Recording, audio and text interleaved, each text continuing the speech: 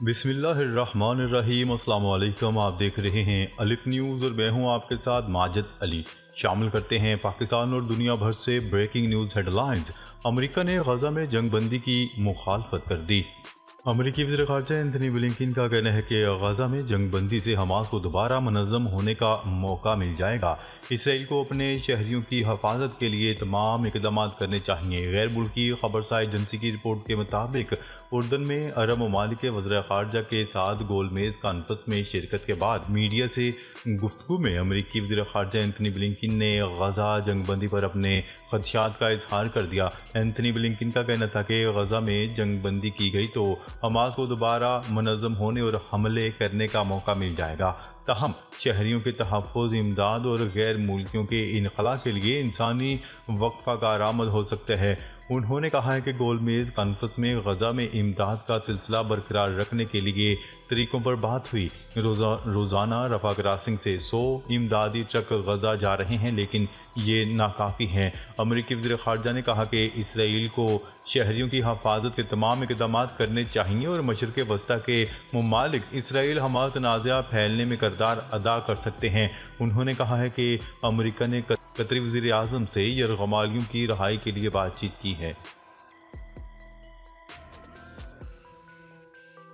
خبر کے اگلے حصے میں بات کرتے ہیں غزہ میں جاری اسرائیلی جارحیت کے خاتمے کے لیے عالمی رہنما سرگرم۔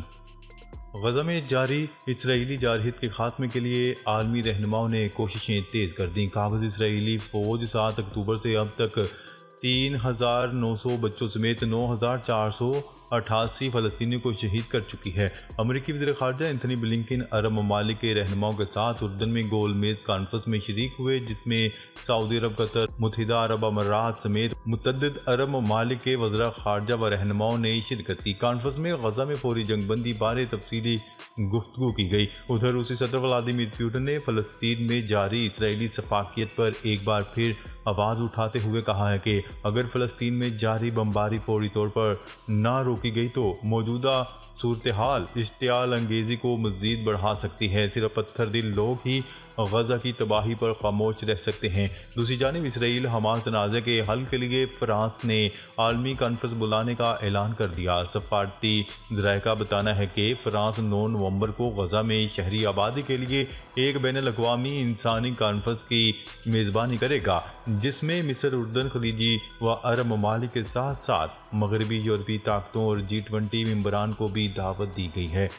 اسرائیلی جارحیت پر اقوام متحدہ کے سیکرٹری جنرل انتونیو گوتریس نے بھی کہا ہے کہ اسرائیلی فوج کے ایمبولینس کے قافلے پر حملے سے بہت دکھ ہوا ہے۔ یہ حملہ جنیوا کنونشن کی خلاف ورزی ہے۔ غزہ میں جاری جنگ رکنی چاہیے۔ خبر کے اگلے حصے میں بات کرتے ہیں اسرائیلی فوج کا غزہ پر رات گئے فضائی حملہ، 30 فلسطینی شہید۔ اسرائیل کی جانب سے غزہ پر مسلسل بمباری کی جا رہی ہے۔ قابض فوج نے غزہ پر رات کو المغازی کیمپ پر بڑا فضائی حملہ کیا، جس کے نتیجے میں 30 فلسطینی شہید ہو گئے۔ غزہ پر اسرائیلی فوج کے وحشیانہ حملے 5ویں ہفتے میں داخل ہو چکے ہیں۔ ہزاروں بے گھر فلسطینیوں کا مسکن بننے والے اقوام متحدہ کے اسکول پر بھی بمباری کی گئی۔ عرب میڈیا کی رپورٹ کے مطابق فلسطینی وزارت صحت نے بتایا ہے کہ وسطی غزہ میں پناہ گزینوں کے کیمپ پر اسرائیلی بمباری میں 30 سے زائد افراد شہید ہو گئے ہیں۔ ترجمان وزارت صحت نے ایک بیان میں کہا ہے کہ غزہ کی پٹی کے وسطی علاقے المغازی کیمپ میں اسرائیلی فوج کی بمباری کے نتیجے میں شہید ہونے والے 30 افراد کی لاشیں دیر البالہ کے الاقصی شہید ہسپتال پہنچائی گئیں۔ عرب میڈیا کی رپورٹ کے مطابق حماس نے ٹیلی گرام پر پوسٹ کیے گئے ایک بیان میں کہا ہے کہ اسرائیل نے عام شہریوں کے گھروں پر براہ راست بمباری کی ہے۔ شہید ہونے والوں میں زیادہ تر خواتین اور بچے شامل ہیں۔ خبر کے اگلے حصے میں بات کرتے ہیں فلسطینیوں سے اظہار یکجہتی، لندن میں بڑا احتجاجی مظاہرہ۔ اسرائیلی مظالم کے شکار نہتے فلسطینیوں سے اظہار یکجہتی کے لیے لندن میں ایک مرتبہ پھر بڑا احتجاجی مظاہرہ کیا گیا، جس میں ہزاروں کی تعداد میں لوگوں نے شرکت کی۔ تفصیلات کے مطابق مختلف جنگ مخالف تنظیموں کے زیر اہتمام سینٹرل لندن میں بڑا احتجاجی مظاہرہ کیا گیا۔ اس موقع پر جنگ بندی کے حامیوں نے سیز فائر اور فری فلسطین کے فلک شگاف نعرے لگائے۔ مسلسل مسلسل چوتھے ہفتے ہونے والے احتجاجی مظاہرے میں 1 لاکھ سے زائد افراد نے شرکت کی۔ لندن کے علاوہ برطانیہ کے دیگر مقامات پر بھی لوگ اسرائیلی جارحیت کے خلاف احتجاج کر رہے ہیں۔ واضح رہے کہ ہر ہفتے مظاہرین کی بڑھتی ہوئی تعداد پولیس کے لیے مسئلہ بن چکی ہے۔ مظاہرین پر قابو پانے کے لیے اہلکار کم پڑنے لگے۔ میٹ پولیس چیف کا کہنا تھا کہ مظاہرین کی تعداد بڑھتی رہی تو پولیس کو فورسز سے مدد لینا پڑے گی۔ میڈیا رپورٹس کے مطابق پہلے مظاہرے میں 500 اور گزشتہ ہفتے کے مظاہرے میں 1500 اہلکار تعینات کیے گئے تھے۔ لندن پولیس نے سینٹرل لندن میں 3 مظاہرین کو گرفتار بھی کیا ہے۔ خبر کے اگلے حصے میں بات کرتے ہیں۔ حماس چیف کو تلاش کر کے ختم کر دیں گے، اسرائیلی وزیر دفاع کی دھمکی۔ اسرائیلی وزیر دفاع نے کہا ہے کہ حماس چیف کو تلاش کر کے ختم کر دیں گے۔ اپنے بیان میں ان کا کہنا تھا کہ اسرائیل نے حماس بریگیڈ کو شدید نقصان پہنچایا ہے۔ اسرائیلی وزیر دفاع کا مزید کہنا تھا کہ حماس کے مواصلاتی مرکز، بنکرز اور سرنگوں کے نیٹ ورک کو تباہ کر دیا گیا ہے۔ انہوں نے حماس کے 12 کمانڈرز کو بھی مارنے کا دعویٰ کرتے ہوئے کہا ہے کہ اسرائیلی فورسز نے غزہ شہر کا مکمل گھیراؤ کر رکھا ہے۔ دوسری جانب حماس نے بھی غزہ میں اسرائیلی فورسز سے لڑائی کی ویڈیو جاری کر دی۔ خبر کے اگلے حصے میں بات کرتے ہیں۔ ترک صدر رجب طیب ایردوان کا اسرائیل کے ساتھ رابطہ منقطع کرنے کا اعلان۔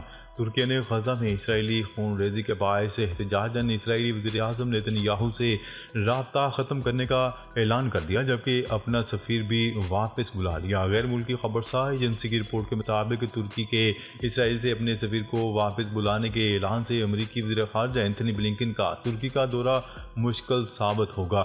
ترک صدر رجب طیب ایردوان نے صحافیوں کو بتایا کہ وہ غزہ کی پٹی میں شہریوں کی بڑھتی ہوئی ہلاکتوں کے لیے ذاتی طور پر نیتن یاہو کو ذمہ دار ٹھہراتے ہیں۔ ترکی گزشتہ ماہ اسرائیل اور حماس کی جنگ کے آغاز تک اسرائیل کے ساتھ اپنے ٹوٹے ہوئے تعلقات کو بتدریج ٹھیک کر رہا تھا، تاہم جنگ کے بعد اس نے اسرائیل اور اس کے مغربی حامیوں سمیت خاص طور پر امریکہ کے خلاف اپنا لہجہ سخت کرنا شروع کر دیا۔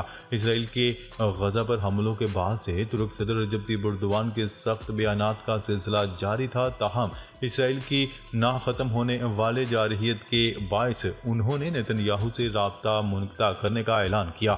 واضح ہے کہ اسرائیل کے حملوں اور زمینی مہم میں شدت سے اب تک تقریباً 9,500 سے زائد فلسطینی شہید ہو چکے ہیں، جن میں زیادہ تر خواتین اور بچے شامل ہیں۔ خبر کے اگلے حصے میں بات کرتے ہیں۔ اسرائیلی وزیر اعظم کی حزب اللہ کو دھمکی۔ اسرائیلی وزیر اعظم نیتن یاہو نے اپنے ایک بیان میں حزب اللہ کو دھمکی دیتے ہوئے کہا ہے کہ کسی بھی غلطی کی آپ کو ایسی قیمت چکانا پڑے گی جس کا آپ اندازہ بھی نہیں لگا سکتے۔ دوسری جانب وائٹ ہاؤس کا کہنا تھا کہ اسرائیل اور حماس کے درمیان جنگ میں حزب اللہ کو غلط فائدہ اٹھانے کی کوشش نہیں کرنا چاہیے۔ امریکہ اس تنازع کو لبنان تک پھیلتا ہوا نہیں دیکھنا چاہتا۔ اس سے قبل حزب اللہ کے سربراہ حسن نصر اللہ نے اسرائیل کو خبردار کیا تھا کہ اگر اس نے لبنان پر حملہ کیا تو وہ اس کی سب سے بڑی حماقت ہوگی۔ سرحد پر کشیدگی کا انحصار اسرائیلی رویے پر منحصر ہے۔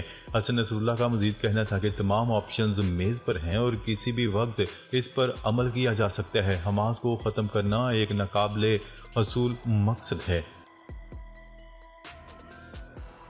خبر کے اگلے حصے میں بات کرتے ہیں۔ حماس کے سربراہ اسماعیل ہانیہ کی آیت اللہ خامنائی سے اہم ملاقات۔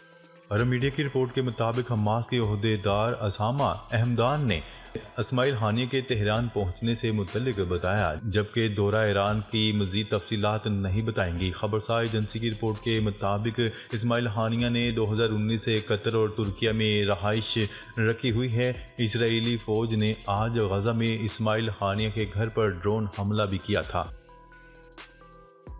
خبر کے اگلے حصے میں بات کرتے ہیں۔ افغانستان کے وزیر اعظم ملا حسن اخوند زادہ نے پاکستان سے مطالبہ کیا ہے کہ افغانیوں کی تذلیل نہ کریں بلکہ انہیں وطن واپسی کے لیے وقت دیا جائے تاکہ وہ عزت کے ساتھ اپنے ملک جا سکیں۔ غیر ملکی خبرساز ایجنسی کی رپورٹ کے مطابق افغانستان کے عبوری وزیر اعظم ملا حسن اخوند نے اپنے ایک بیان میں کہا ہے کہ پاکستان میں غیر قانونی طور پر مقیم مہاجرین کا مال ضبط کرنا، ان کی تذلیل کرنا اور ان کے گھروں کو مسمار کرنا کون سے قانون میں ہے۔ انہوں نے کہا ہے کہ یہ ایک عجیب سی ہدایت ہے جو پاکستان کی نگراں حکومت نے قانون نافذ کرنے والے اداروں کو کی ہے۔ آپ آئندہ کا خیال کیوں نہیں کر رہے؟ کسی کا مال ضبط کرنے والے آپ کون ہوتے ہیں؟ افغان وزیر اعظم کا مزید کہنا تھا کہ اگر آپ کا امارات اسلامی کے ساتھ کوئی مسئلہ ہے تو وہ افہام و تفہیم اور بات چیت سے حل ہو سکتا ہے۔ آپ بیٹھیں اور بتائیں کہ کیا مشکل درپیش ہے، اس پر بات کر لیں گے۔ انہوں نے پاکستانی حکومت سے کہا ہے کہ آپ ہمارا غصہ غریب عوام پر مت نکالیں بلکہ ہم سے بات کریں۔ ناظرین، اب تک کے لیے اتنا ہی۔ مزید خبریں لے کر بہت جلد آپ کی خدمت میں حاضر ہوں گے۔ تب تک کے لیے اپنا خیال رکھیے گا۔ اللہ نگہبان۔